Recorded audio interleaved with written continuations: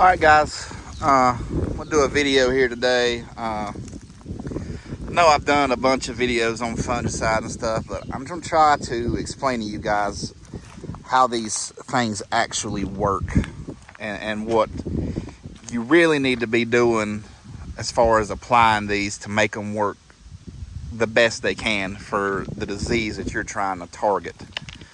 So we're gonna sit here on the trailer here. Wind's blowing a little bit. It feels pretty good today with the wind blowing. We'll have some trailer talk here. So what I got here is basically the most common available fungicides that the homeowner can get and spray and legally spray it. There's other options out there. It's newer technologies as far as, you know, they could be the same grouping like a group 11, but it's just a newer type of like that's azoxystrobin. It'd be a newer type of strobin fungicide. But a lot of those will, you know, you go bankrupt spraying those. So, you know, these won't bankrupt you, and they still work.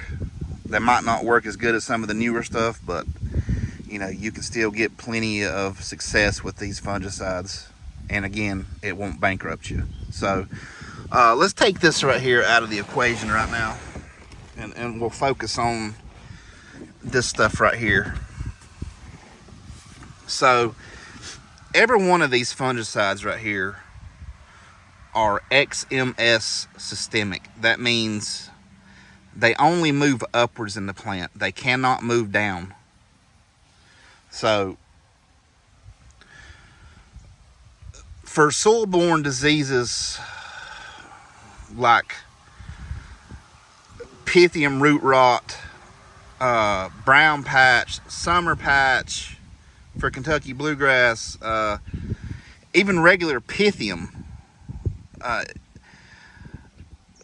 blight, you know, it survives in the thatch and the soil. So does brown patch. It survives in the thatch and the soil. But, you know, brown patch and Pythium blight, they attack the foliage of the leaves. So something like what I'm dealing with here as far as Pythium root rot or summer patch, you know, that attacks the roots. It kills, you know, it kills the plant from the roots. Whereas the other stuff like Pythium blight, you know, it's gonna kill the foliage eventually, and it's gonna end up all dying. But for preventative applications, this is my opinion on this, being that these only move upwards. For something like brown patch, summer patch, definitely summer patch, definitely Pythium root rot, you need to be watering these in. That's the best way to do it. And that's why I've gotten my guide to spray super late, let it sit overnight, and then give it a rinse the next morning. It's not going to dry on the leaves if you spray it super late. The dew's going to keep it there. Or, you know, you could just spray it and water it in immediately. So, you know, azoxystrobin, propiconazole, that's the best things for brown patch. That's actually the best things for something like summer patch on Kentucky bluegrass. You know, 100% needs to be watered in for summer patch on Kentucky bluegrass. And that's the reason why I've got dollar spot, because I've been doing summer patch applications for, you know, and watering the fungicide in. Well, dollar spot's a foliar disease, so it attacks the, you know, the leaves of the plant. Don't do much good when that's watered in. But, you know, there's all kinds of talk as far as brown patches. You know, it is a foliar disease. It survives in the soil and in the thatch, but it attacks the leaves. So, you know, my opinion on this is preventative applications. I think you'd be fine, completely fine watering that in. If I was doing a curative application, where you already have brown patch, I would probably let that sit on the leaves. You know, again, even though these only move upwards in the plant, you know, they can't move downwards. So, and this is where it gets confusing as far as TM 4.5 goes for gray leaf spot. Well, TM 4.5 is the XMS systemic also. It moves upwards. This will also treat summer patch. Not very good on brown patch, but you know, it's labeled pretty decent for summer patch. But on the label, TM 4.5, it says to let it completely dry on the leaf before irrigation or, you know, something like that for rain. So all we can do is try to apply this stuff per the label.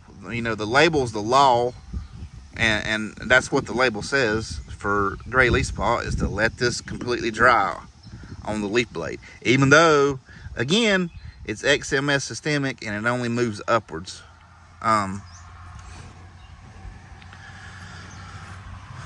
But, you know, as far as back to the brown patch, I think preventatively the best option is to get it watered in somehow.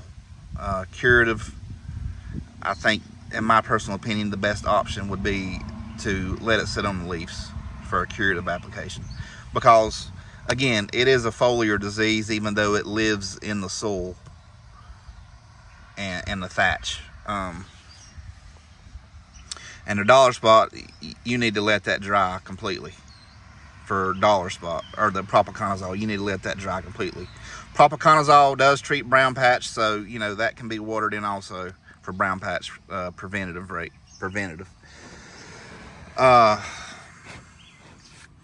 In my case, for Pythium root rot, well, I applied mefenoxam, and you've seen that, but I applied it for Pythium blight, which, you know, it's a foliar disease. But it'll live in the soil and the thatch also, but it's a foliar disease, and I applied it for Pythium blight. Well, I don't have any Pythium blight. I have Pythium root rot. So, me not watering in did not help with Pythium root rot, because that attacks the roots and it kills from the roots, just like summer patch. But you know, none of us can predict the weather, what's going to happen with these storms and stuff. It's in the summertime. We can't predict how much rain we're going to get. There's just no way. You can look at the radar all you want, but, you know, the stuff moves around.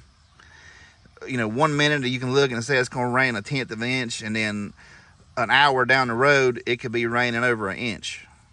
Or, you know, it could end up raining over 1 inch at your house. You just don't know.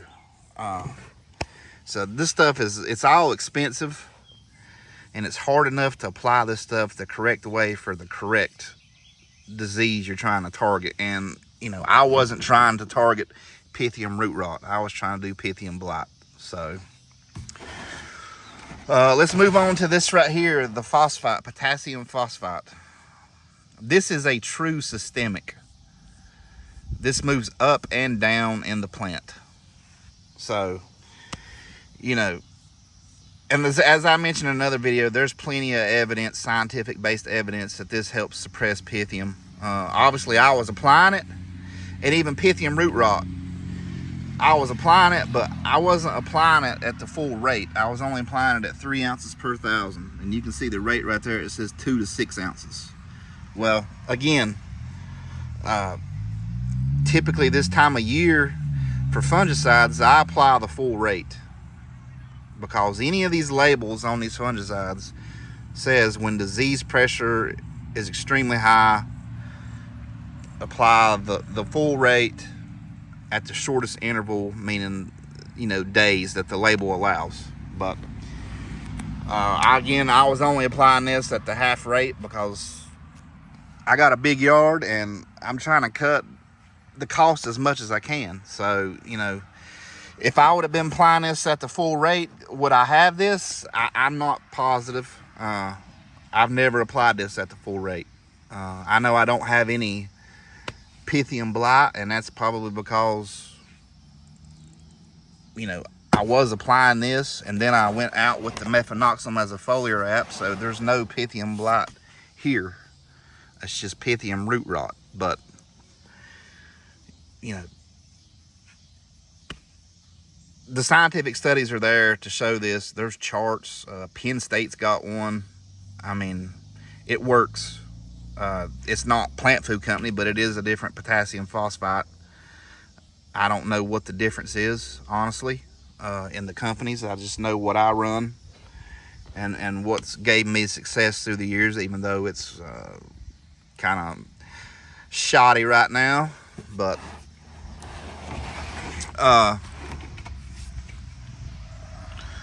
I guess that's pretty much, you know, I cover this here. Let me go out here and I'll explain this to you, what happens. Also, let me say this before I go out there. Anytime you're spraying something for foliar diseases, you need coverage on the leaf. So the higher spray volume is better for something like a foliar disease like gray leaf spot or dollar spot. You know, again, because these only work up, you're trying to get it to the crown of the plant. Do I disagree with the TM 4.5 as far as it's saying let it dry on a leaf? If the root will take this up and translocate it upwards and through the leaf, I don't see what it matters. But again, we're applying this stuff per the label. The label is the law, so if it says to let it dry on the leaf, that's what I'm doing. But you need to have a good spray volume spraying something like this for a foliar app, because you do want it down at least to the crown as far as you can get it. And I'll explain this right now here, just to show this to you. So if you come through here and you're spraying at a low volume, a low spray volume, and you're just coating the tips of the leaves, the tips of the blades, say from my thumbnail up, you're just coating that.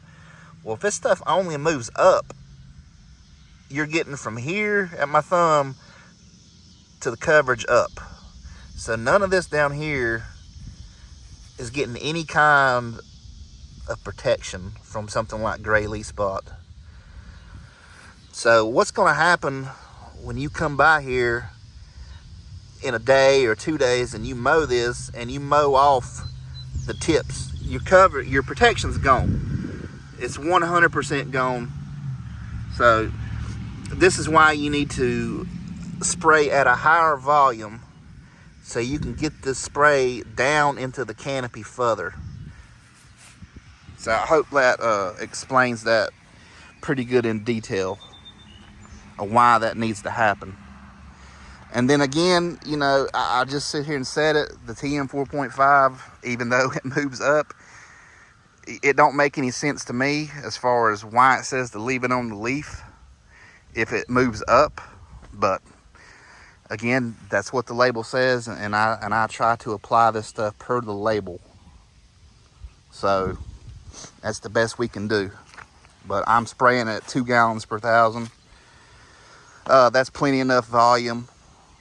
And when you spray TM 4.5, you can see it. It'll turn your grass white, not in a manner that's actually affecting your grass, something like tenacity. It's just white. TM 4.5 is white. So, and you can get down there and look at your blades and you can see the white stains on it. And, you know, if you're not seeing any white down further in the canopy, you ain't getting a whole lot of protection. But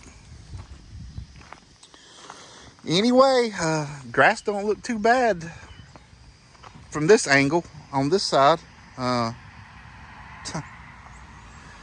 You get out there on it and it don't look none too good, but like I said, I didn't rake this side in the last video.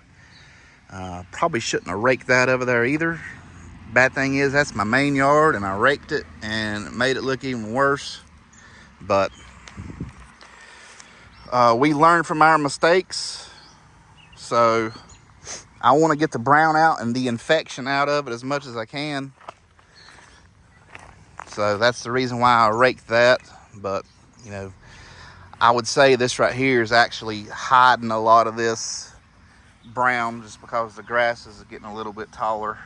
And it is. I mean, there's plenty of brown in here. I showed you in another video. I mean, there's plenty of brown here. So just little spots here and there. It's all over. Right there's some. Right there's some. Right there's some. And it's just, you know, like that right there. I mean, it's just a spot of it. And it's dead. I mean, it's dead as a hammer. It just pulls up like it ain't nothing. So hopefully I got that fixed. There's another spot. Hopefully I got that fixed, and we're on to some recovery here. If we can get some rain, I'm sure, I'm asking for rain. I'm sure it'll rain 5 inches instead of an inch. But I guess we'll take what we can get. But anyway, guys, I'm gonna quit rambling here. Again, if you want any of the Plant Food Company products or the Apex seed, the long guide, it's primetimefescue.com. I don't sell any fungicide products, but you know, you can purchase the fertilizer and the seed there. And I'm gonna go ahead and tell you, I am coming out with another seed. It's gonna have Kentucky bluegrass in it. I don't know for sure on the date, but should be somewhere towards the end of July. I'll make a video on that. But you know, if you're thinking about adding some Kentucky bluegrass in, then that seed will be available. If you want to do straight fescue like myself out in here, then you know, the regular Apex turf top tall fescue, it's there right now, ready to purchase, ready to ship whenever you're wanting to buy it. All right, let me add this in here also. Listen carefully. I'm not trying to confuse you guys. I'm gonna try to explain this the best way I can. And I forgot to put this in when I was filming the other part, but I think the best way to do this would be, in a perfect world, with somebody that's got unlimited amount of time to focus 100% on their yard, I think the perfect way would be 1 week spray your soil application fungicides, and the next week spray your foliar application fungicides. And then the next week you spray your soil application fungicides, and the next week you spray your foliar application fungicides. That way you can water in your soil application fungicides, and you don't mix your soil applications with your foliar, if you get what I'm saying. You know, if you apply these late at night, like I typically do, you know, if you water it the next morning, it probably ain't going to dry completely at night. It probably ain't going to dry at all with the dew and stuff. So, you know, if you water the next morning, you're probably going to be washing away your TM 4.5, which says it needs to completely dry. So that's what I'm trying to get at. In a perfect world, you would apply your soil applications separately from your foliar applications, is what I'm trying to say. So that goes, you know, if you're spraying biostimulants or something, in that case, you know, you could apply it with your soil applications of fungicides. And then if you're spraying your iron or your liquid fertilizer, which, you know, if you don't water in your liquid fertilizer, you certainly shouldn't be watering in your iron. You could spray it with your foliar applications. So that makes more sense to me. But, you know, I can't spray every 7 days. Most of you guys can't either. And my grass honestly can't take the heavy sprayer every 7 days. If I was using a backpack sprayer and had a small yard, that's what I'd be doing. Or one day, let's just pick Saturday, you could spray your soil apps, and then Sunday you could spray your foliar apps. So you could spray your soil apps Saturday evening, water them in Sunday morning, and then come back Sunday afternoon and spray your foliar apps. You could do it like that. That's what I'm trying to get at. Because there's foliar diseases and there's soil-borne diseases. And just so happens I got a soil-borne disease that attacks the roots. So, and I failed to water in my fungicide for that because I wasn't expecting to get that. So anyway, just wanted to add that in here. So I appreciate it, and we'll see you in the next one.